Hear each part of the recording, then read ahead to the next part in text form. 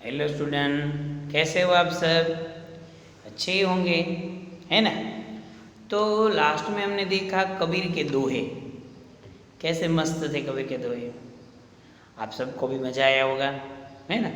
तो उसके question answer भी कंप्लीट हो गए, फिर बुक भी रेडी हो गई। तो आज हम देखते हैं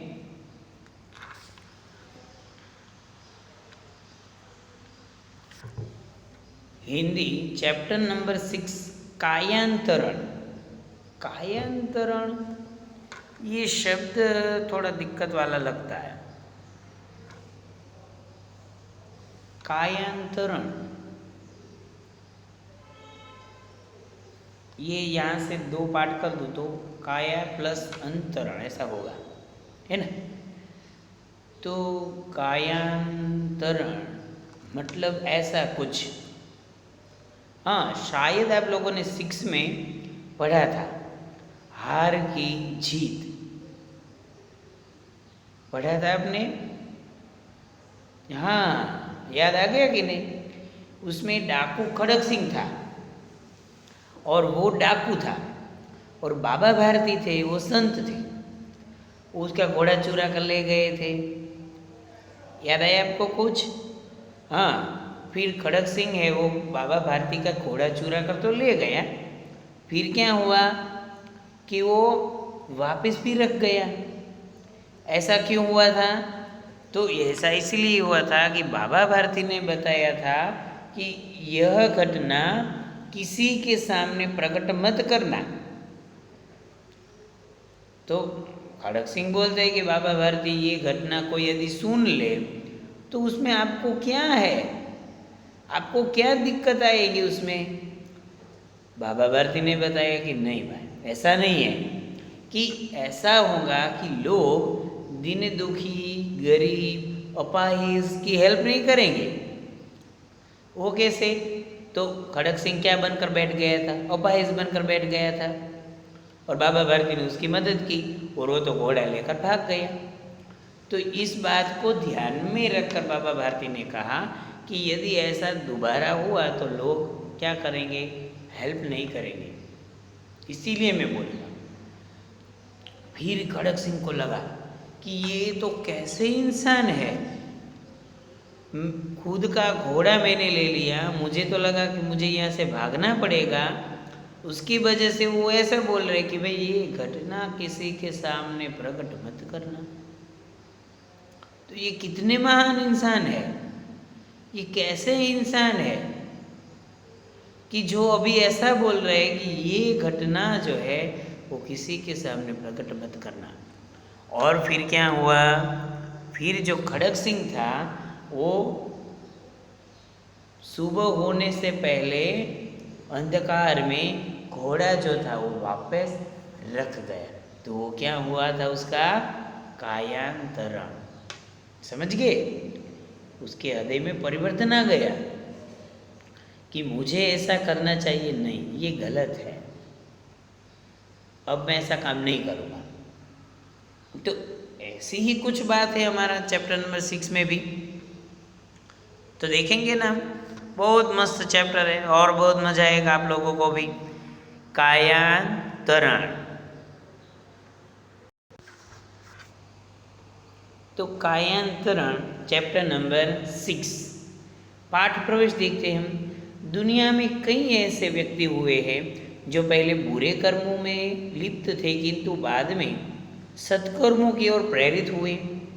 उन्हें सत्कर्मों की ओर प्रेरित करने में किसी न किसी महापुरुष का हाथ रहा।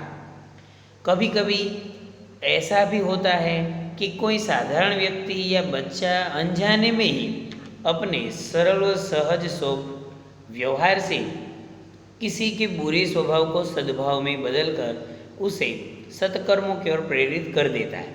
आइए पढ़े ऐसी ही एक कहानी, है ना? मैंने बताया ना कि दुनिया में कई ऐसे व्यक्ति हुए हैं जो पहले बुरे कर्मों में लिप्त थे लेकिन बाद में सत्कर्मों की ओर प्रेरित हो गए हों। ऐसा भी होता है सर कभी? यस, होता है। आपने वो बाबा भारती का ही चैप्टर देखा था, उसमें ऐसा ही हुआ था ना कि बाबा भारती कितने महान व्यक्ति थे और उनकी बात जो खड़ग सिंह डाकू था फिर भी उसने मान ली। तो ये महापुरुष थे। और कभी कभी क्या होता है कि ऐसे भी छोटे बच्चे, साधारण व्यक्ति, उनकी भी बातें मानकर कई बार ऐसा होता है कि वह क्या बन जाता है, सत्कर्म वाला व्यक्ति। तो ये बात हमें लगती है एकदम सामान्य जैसी, लेकिन है बड़ी बात, क्योंकि दूसरों को सलाह देना और वो माने न माने ये बहुत बड़ी बात है। लेकिन यहाँ भी ऐसी ही एक घटना बनने वाली है, कायांतरण, जिसमें छोटा सा बच्चा ही है। देखते हैं, वरना तो मैं सब बात बोल दूंगा तो चैप्टर में मजा क्या आएगा, है ना। तो देखते हैं हम आगे। आधी रात का सन्नाटा, नींद में बेसुधा पापा के सिरहाने बैठकर उनकी देखभाल करता हुआ 8 वर्षीय श्लेष, देखो 8 ईयर ओल्ड बच्चा है वो, 8 वर्षीय श्लेष, नाम आपको याद रखना है, श्लेष। रात का, आधी रात का सन्नाटा है एकदम सा, और नींद में बेसुधा पापा, उसके पापा जो है वो नींद में सोए हुए, बेसुधा, जिसे उसकी हेल्थ अच्छी नहीं है। उसके सिरहाने, सिरहाने मतलब जहाँ पे सिर रखकर सोते, उसके बाजू में कौन बैठा है, 8 वर्षीय श्लेष, श्लेष है उसका नाम। उसी समय बरामदे की ओर से एक आवाज आई। बरामदे मतलब हमारे घर के जो पोर्शन होते हैं ना पीछे का। श्लेष ने उठकर किवाड़ खोला और चारों ओर नजर दौड़ाई। अचानक उसकी नजर ऊंची कांचदार 4 दीवारें पर ठहर गई। ऐसे ऐसे उसने सब जगह पे देखा, क्या है क्या है क्या है। एक जगह पे उसने देखा कि इतनी ऊंची दीवार है, कांच से लदी हुई। वहां से कोई मानव कृति कूदकर आना चाह रही थी। श्लेष ने निखरे हुए चांद की चांदनी में साफ साफ देख लिया, उस मानव आकृति के पैर से टप टप कोई द्रव गिर रहा था। श्लेष ने धीरे से कहा, तुम वहीं रुको, मैं उतरने के लिए स्टूल लेकर आता हूँ। इतनी ऊंचाई से कूदने पर टांग टूट सकती। ये देखो, अनजान है फिर भी क्या हुआ। श्लेष ने देखा कि कोई कूद कर अंदर आना चाहता है, और जो कांच लगे हुए दीवार के ऊपर उसके पैर में लग गए हैं, उसमें से रक्त भी बह रहा है, नीचे गिर रहा है। तो श्लेष है वो उसे बोलता है कि भाई तुम वहीं पर रहो, मैं तुम्हारे लिए स्टूल लेकर आता हूँ। इतने ऊंचाई से गिरोगे तो क्या टूट जाएंगी, तुम्हारी टांग टूट जाएंगी। इससे अच्छा है कि तुम वहीं पे रहो, मैं तुम्हारे लिए स्टूल लेकर आता हूँ। देखो कैसा है ये लड़का, वो भी सोच में पड़ गए। वह आकृति चौंक गई, जरूर यह लड़का चालाकी करना चाह रहा है। लेकिन जब तक वह आदमी कुछ निर्णय कर पाता, श्लेष दौड़कर स्टूल ला चुका था।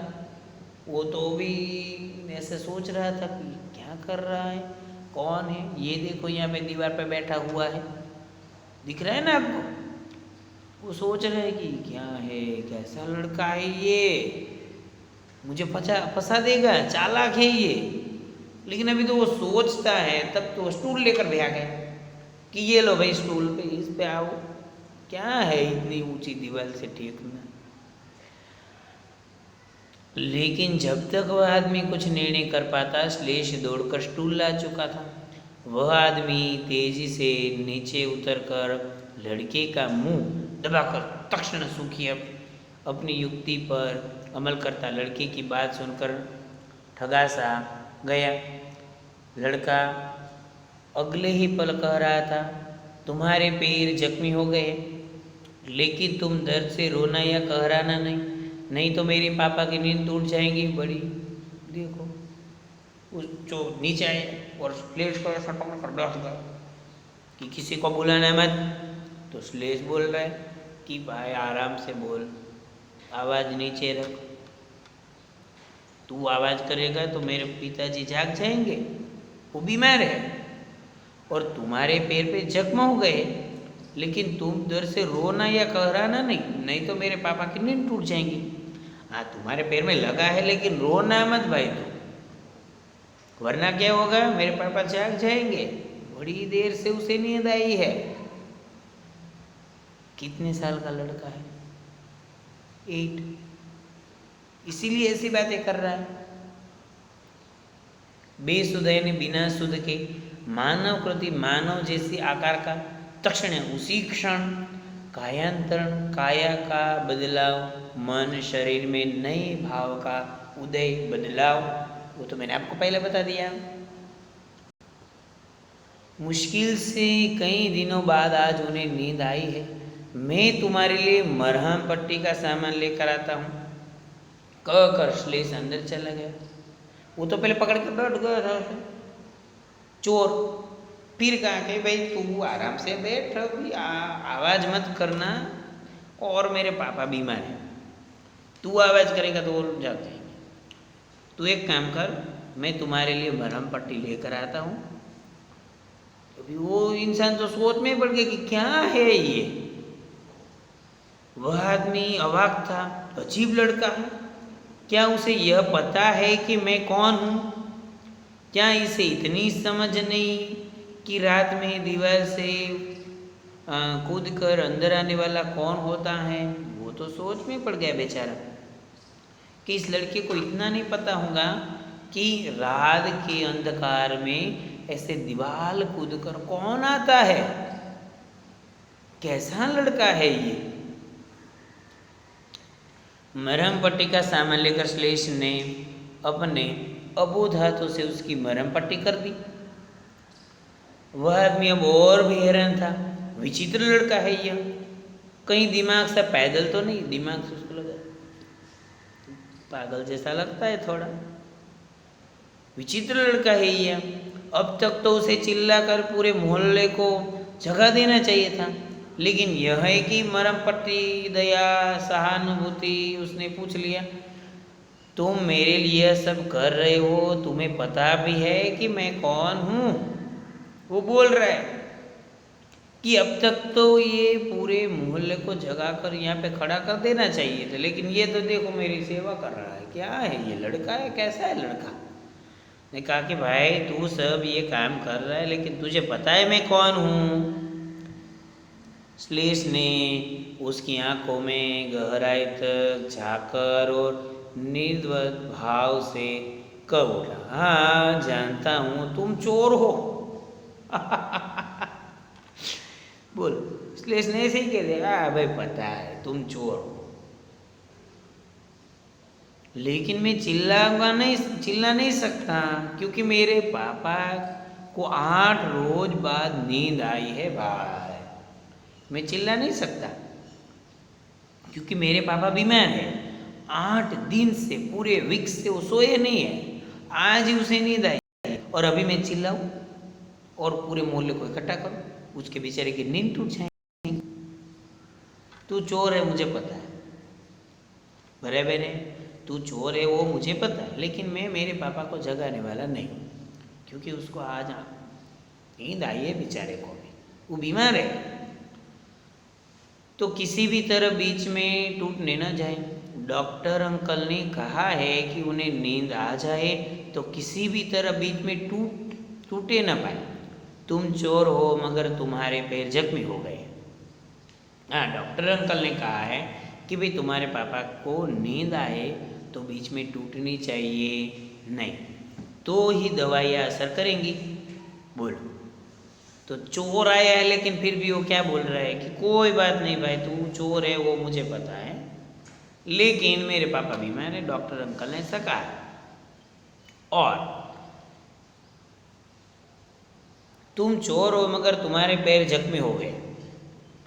पापा ने मुझे सिखाया है कि आदमी कोई भी हो, कैसा भी हो, अगर वह तकलीफ में हो तो उसकी मदद करनी चाहिए। देखो, आदमी कैसा भी हो, चोर भी क्यों ना हो, तकलीफ में है ये वो अगर, तो उसकी हेल्प हमें करनी चाहिए। वो मेरे पापा ने मुझे सिखाया। देखो, वो अपने पापा की कितनी मानता है,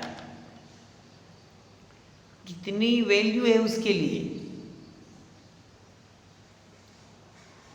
अब देखो क्या होता है कि अगर वह तकलीफ में हो तो उसकी मदद करनी चाहिए। वह आदमी जो चोर था, उसके भीतर का बुरा और सख्त आदमी माने जरा सा हिल गया। श्लेष की नेकी, बचपने और उसके भोलेपन ने चोर के इरादे के सामने चुनौती खड़ी कर दी। उसने झिझकते हुए पूछा, तुम्हारे घर में क्या सिर्फ तुम्हारे पापा ही है? हाँ, श्लेष का स्वर बेचरंगे से अत्यंत बोझिल था। उसने कहा, हाँ, मेरे पापा ही है सिर्फ।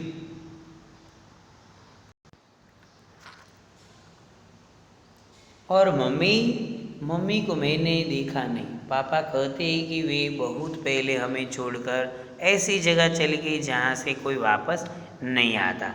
उसने कहा कि मेरी मम्मी थी लेकिन मैंने देखा नहीं है, क्योंकि मेरे पापा कहते हैं कि जो मेरी मम्मी थी वो बहुत दूर चली गई है और वहाँ से कोई वापस नहीं आता है। देखो, उसको कुछ पता ही नहीं है, कैसा भी हुआ है, ये हुआ है, कुछ जानता नहीं है। बस उसको अभी ये ख्याल है कि मेरे पापा की नींद टूटनी नहीं चाहिए। मम्मी को तो उसने देखा भी नहीं है, तो वो बोल रहा है कि मैंने मम्मी को तो देखा ही नहीं। चोर भी भीतर से हिल गया था। उसके चेहरे पर अनुराग की एक परछाई उभर आई। स्वर में मिठास भरकर उसने पूछा, तुम्हारा नाम क्या है? मेरा नाम श्लेष है, मगर तुम ये सब क्या जानना चाहते हो? हाँ बोल, कि भाई मेरा नाम तो श्लेष है, लेकिन तुम्हें क्या जानकारी लेनी है इसके बारे में? तुम्हारी मम्मी कहाँ है न, तुमको घर में क्या है न, वो क्या है, तुम्हें क्या काम है? तुम तो चोर हो ना, बस चोरी करके चले जाओ। सुनो, अब तुम हमारे घर से जो कुछ भी ले जाना चाहो ले जा सकते हो। मैं ताला खोल देता हूँ। ऊपर से कूदना अच्छा नहीं है, दीवार पर कांच के टुकड़े लगे हुए, तुम्हारे पैर फिर जख्मी हो सकते हैं। श्लेष ने आहिस्ता से समझाते हुए कहा। देखो, श्लेष ने कहा कि भाई अब दीवार कूदने की ज़रूरत नहीं, मैं हमारे घर में जहाँ पे सामान है वो भी मैं तुम्हें दिखा देता हूँ, वहाँ से तुम जो चाहे लेकर चले जाओ बस। क्योंकि दीवार कूदना अच्छा नहीं है, अब वहाँ से गिर जाओगे तो चोर सोच में पड़ गए कि क्या है कैसा लड़का है ये, कि मुझे ऐसा बोल रहे कि चोरी कर लो, जाओ भाई, तुम्हें जो चाहे वो ले लो। पहले ही बोला कि तुम मुझे पहचानते हो, तो उसने बोला हाँ भाई पहचानते हो, तुम चोर हो। और वो बोल रहे हमारी जान पहचान कर तुम्हें क्या काम है? मेरा नाम श्लेष है, मेरी माँ है नहीं है, मेरा पापा है यहाँ है, वो क्या काम है तुम्हें? तुम्हें तो चोरी करना है ना, बस लेकर चले जाओ। हाँ, वो बात भी सही है। तो देखो, निश्चल बाल वृत्ति से चोर बुरी तरह पराजित होता गया। चोर पराजित हो रहा है। ये बाल वृत्ति कैसी है? निश्चल, यानी कि उसमें कोई छल कपट नहीं है।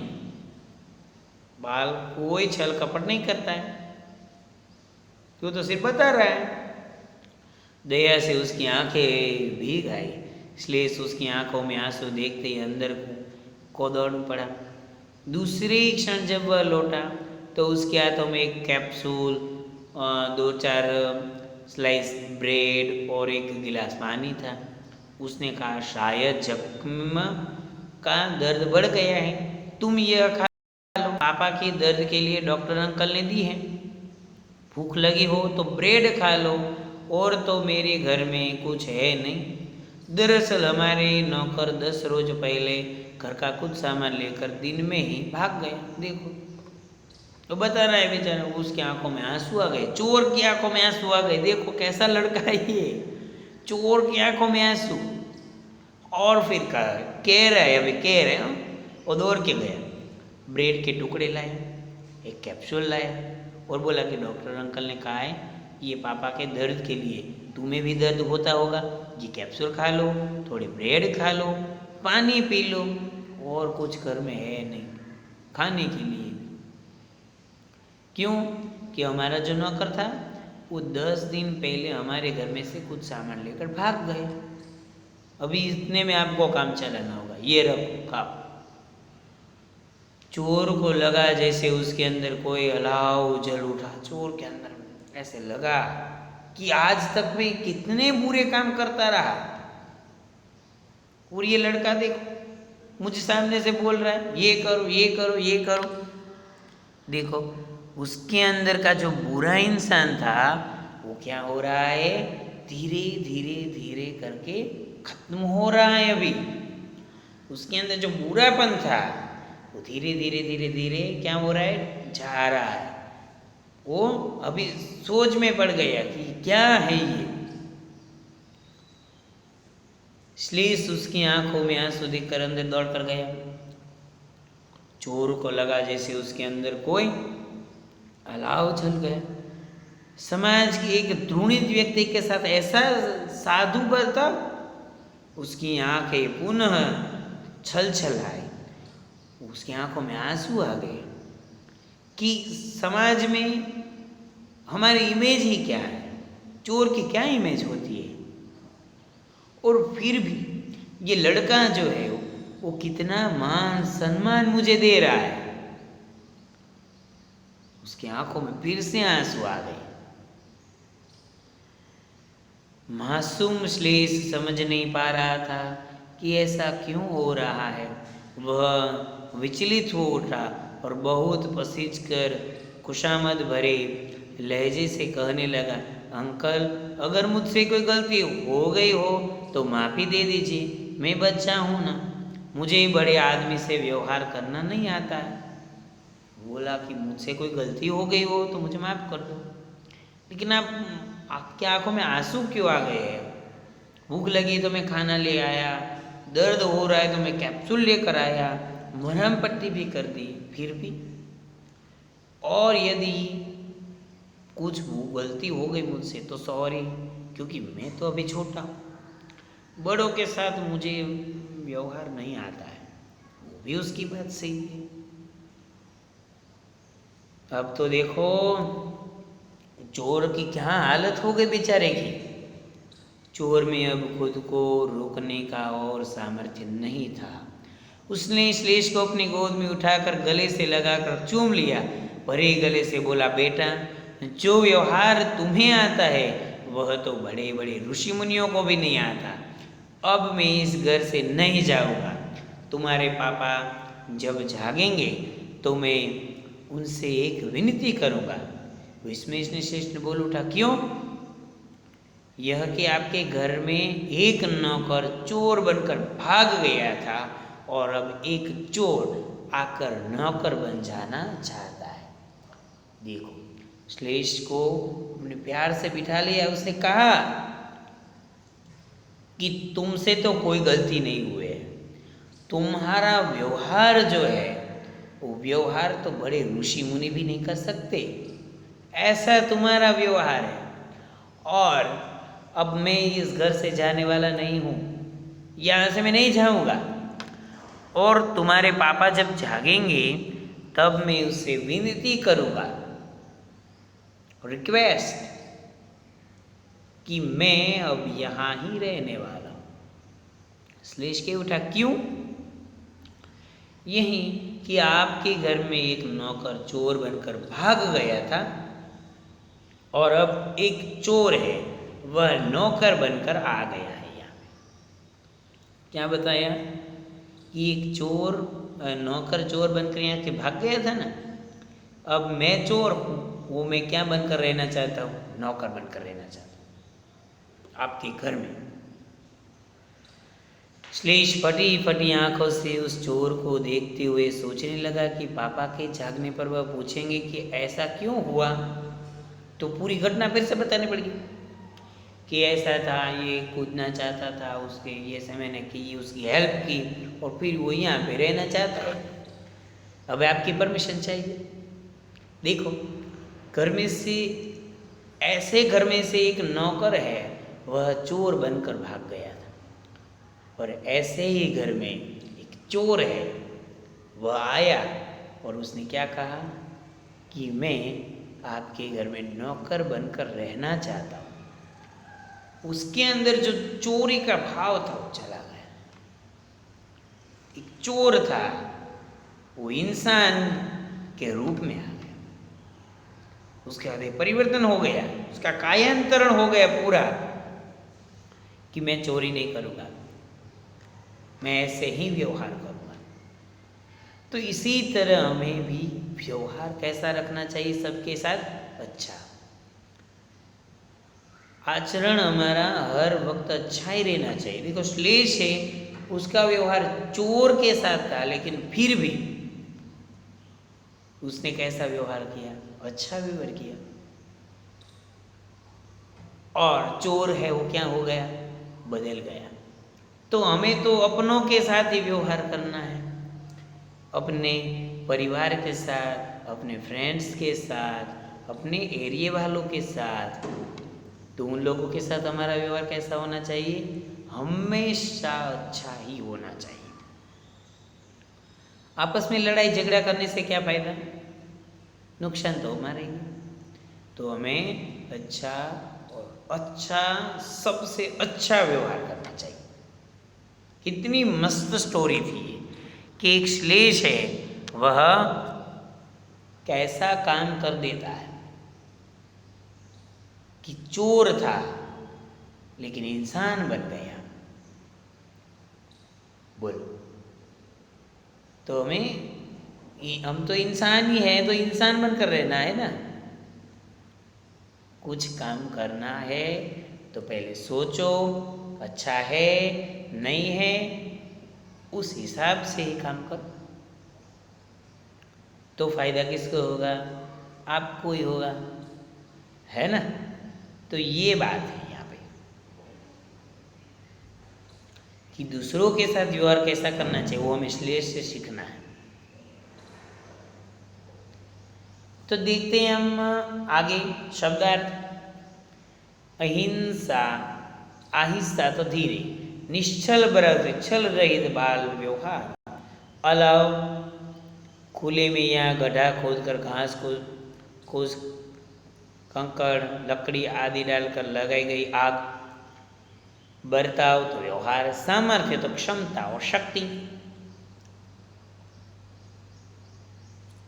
क्वेश्चन आंसर बोलने की बारी। श्लेष अपने पापा की देखभाल क्यों कर रहा था? श्लेष अपने पापा की देखभाल कर रहा था क्योंकि उसके पापा की तबीयत खराब थी, वह पिछले 8 दिन से सोए नहीं थे। तो उसके लिए उसके पापा की वो देखभाल कर रहा था कि उसके पापा है वो 8 रोज से सोए नहीं थे।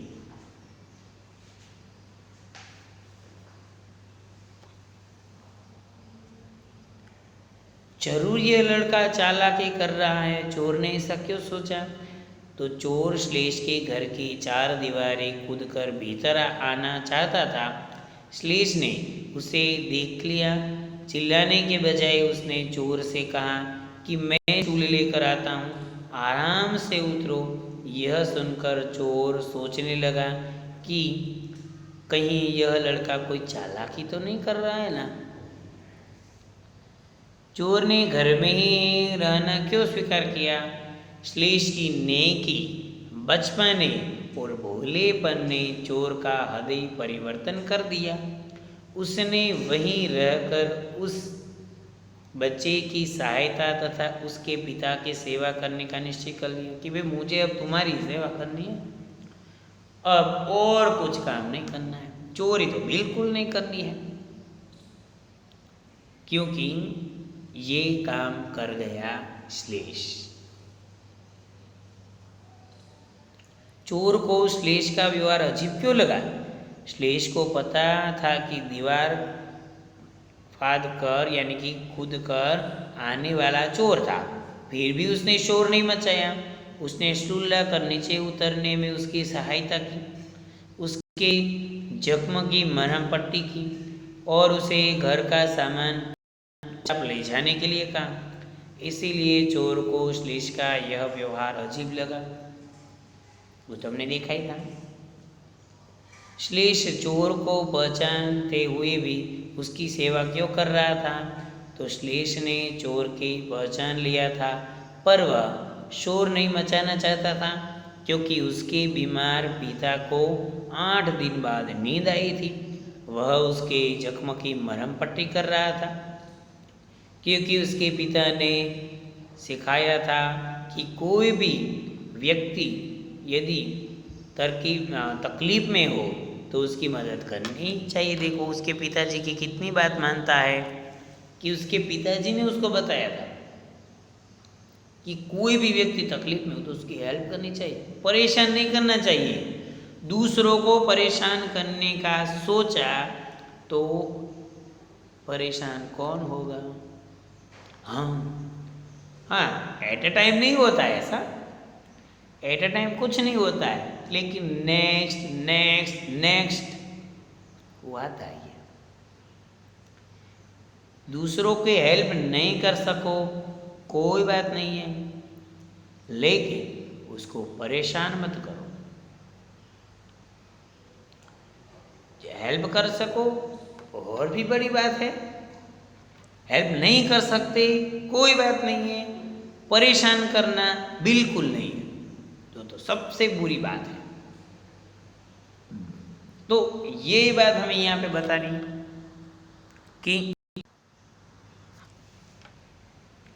कि हम किसी की हेल्प नहीं कर सकते तो कोई बात नहीं करनी हेल्प, मदद करना, परेशान करना नहीं करना है, परेशान किसी को भी नहीं करना है। ये बात हमें श्लेष से आज सीखनी है। श्लेष की किस बात ने चोर के समक्ष चुनौती खड़ी कर दी?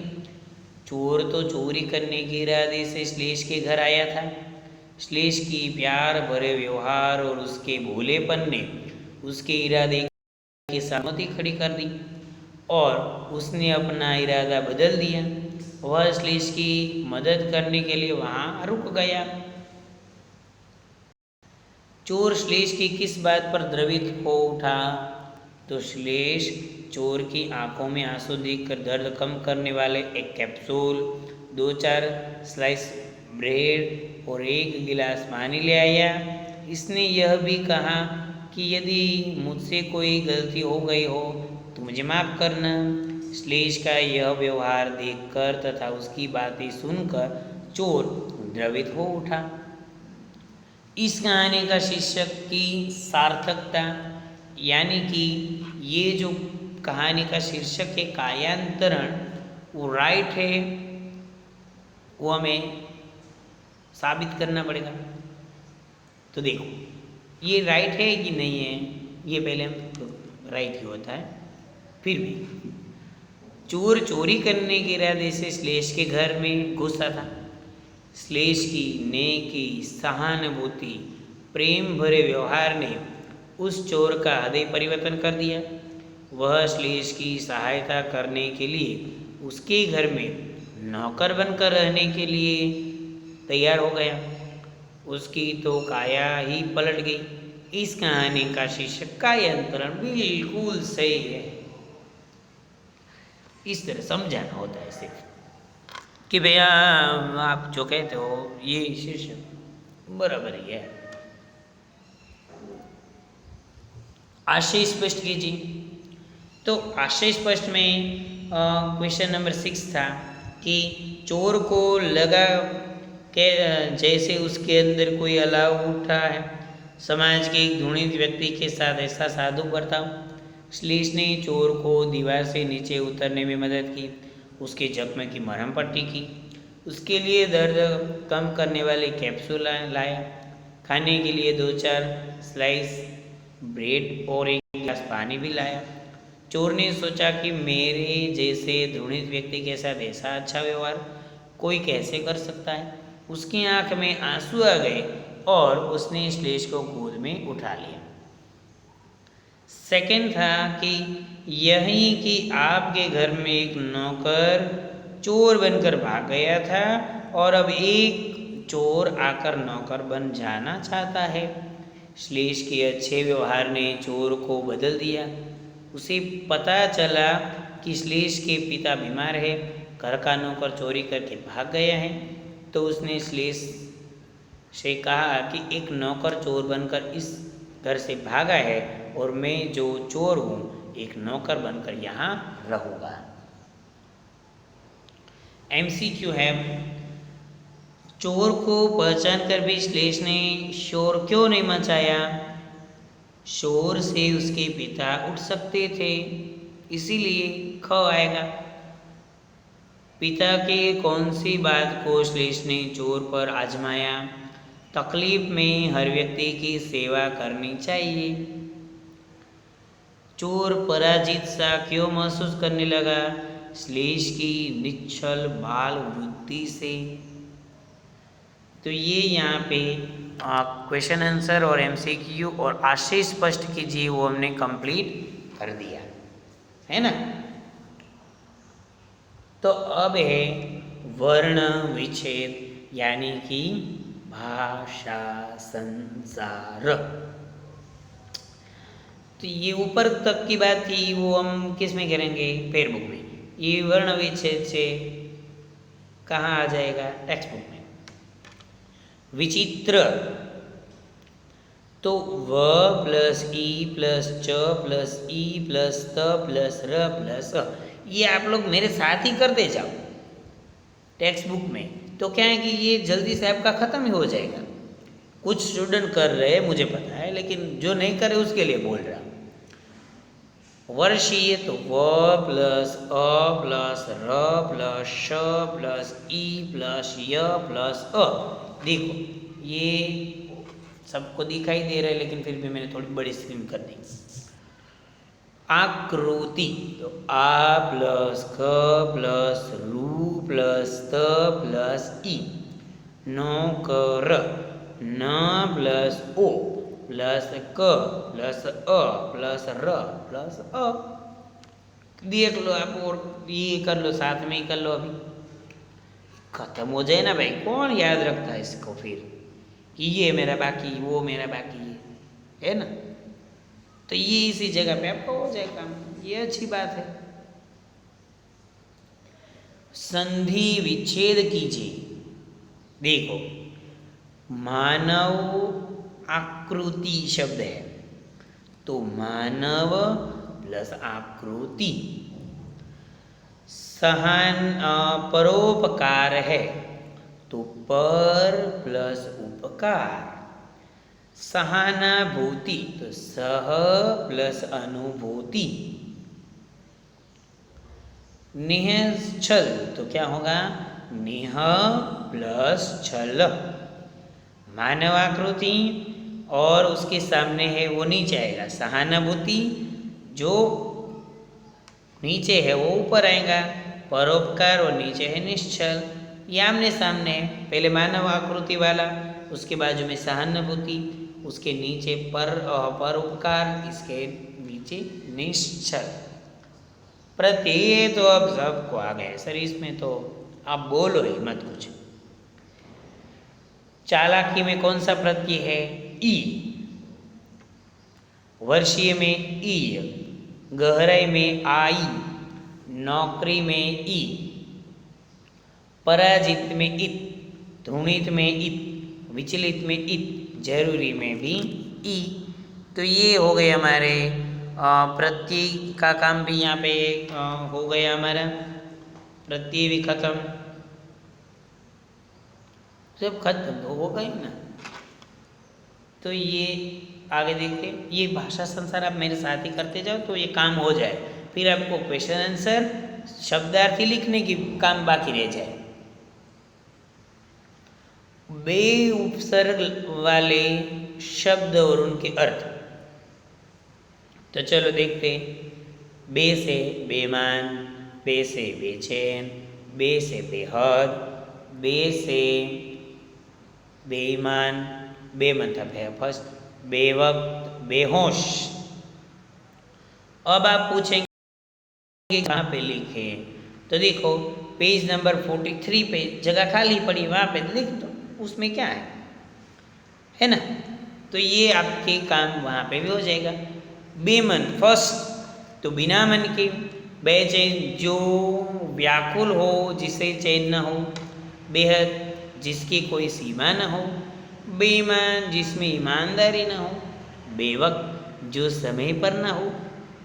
बेहोश, जो होश में न हो। तो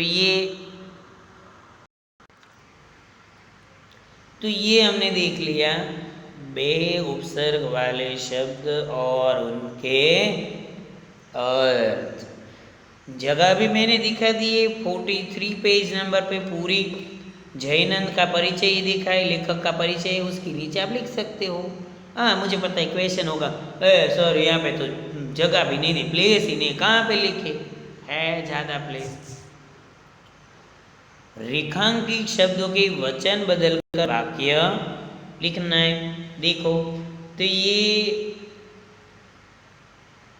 दिया है, अब नीचे दिए शब्द में बे उपसर्ग लगाकर शब्द बनाए और उसका ओके। तो ये जगह तो दी हुई है ना, मन तो बेमन, चैन तो बेचैन, हद तो बेहद। तो आपको उसके मीनिंग लिखने की ये है ना, ये लिखने की जरूरत नहीं है कि ये बात,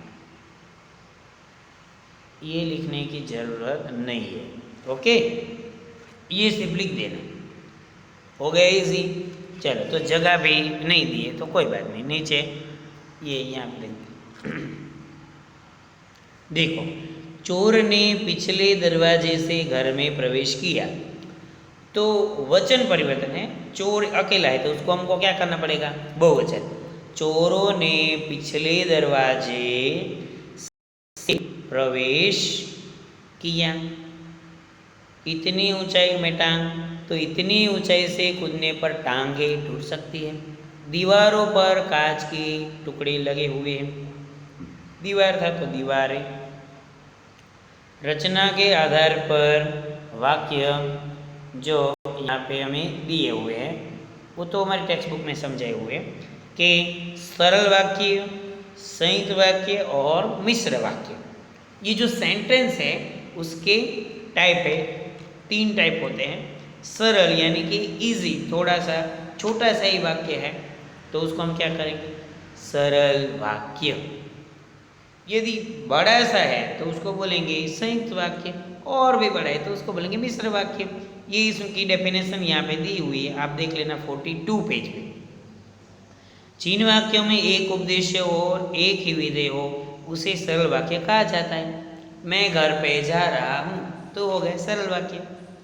संयुक्त वाक्य, जिन वाक्यों में 2 या 2 से अधिक वाक्य स्वतंत्र होते हुए भी किसी योजक या समुच्चय बोधक से जुड़े रहे वे संयुक्त वाक्य। और लगाकर हम जोड़ते हैं, देखो कि मैं घर जा रहा हूँ और वहाँ से मैं स्कूल जाऊँगा तो हो गए 2 सेंटेंस, तो वो हो गया संयुक्त वाक्य। कैसे जोड़ा हमने, और लगाकर, है ना। मिश्र वाक्य और भी बड़ा वाक्य हो जाए कि ये वो लंबा लंबा लंबा लंबा, तो हो गया मिश्र वाक्य। तो इस तरह ये संयुक्त वाक्य, सरल वाक्य और मिश्र वाक्य ये भी हमने समझ लिया। ओके, तो ये जो चैप्टर था वो यहाँ पे हमारा समाप्त होता है। आप सबको खूब मजा आया होगा, आया ना आनंद, मजा आया ना? नहीं, ये कौन बोला नहीं मजा आया? कोई नहीं।